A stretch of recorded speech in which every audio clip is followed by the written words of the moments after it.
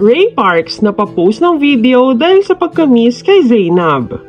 Usap-usapan na naman ngayon sa social media ang nakakakilig na video na ipinost ng basketball player na si Ray Parks sa kanyang IG account.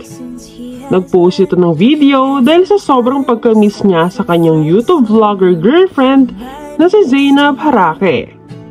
Agad naman itong nirepost ni Zainab at sinabing, "I miss you so much, mahal ko." Kitang-kita kung gaano ang pagka-miss ni Ray Parks kay Zainab. Wala din umano itong magawa dahil sa sobrang busy nito sa kanyang laro sa Japan.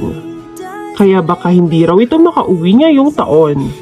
Ngunit susubukan pa rin daw niya dahil mag-birthday si Zainab sa December at yun ang pinakaunang pagkakataon na makakasama niya si Zainab sa araw ng birthday nito.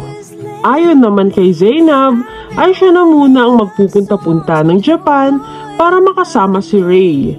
Ngunit sa ngayon ay sobrang busy pa nito sa trabaho. Siguro kung makakapasyal daw ito sa Japan ay 2 o 3 araw lamang siya mag-i-stay doon.